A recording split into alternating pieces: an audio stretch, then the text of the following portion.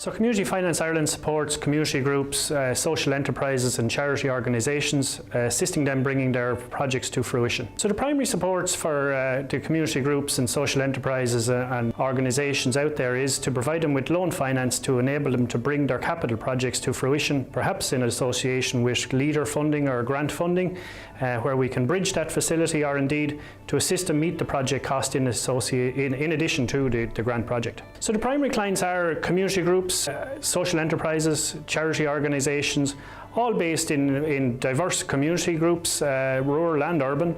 And as I say, it is those groups where they have difficulty perhaps in accessing finance through high street lenders, and also where their assets are perhaps less normal, I suppose, if you like. They're somewhat niche in the sense that they may be owned through a trustee, or they may be owned through a diocesan type of operation. The primary difference from our organisations to that of a credit union or a high street lender would be that we ourselves are a community organisation, we're volunteer led. In addition to that, the difference to a high street lender is they would often seek personal guarantees, charge arrangement fees and such like, which is something that wouldn't be a feature of our facilities. The interest rate would be very competitive. As I said earlier, the nature of it, the facilities we would often be supporting would be diocesan or that type led, and unsecured lending would be a feature of the sector. So in likely terms, the interest rates typically in the 5 to 6% bracket.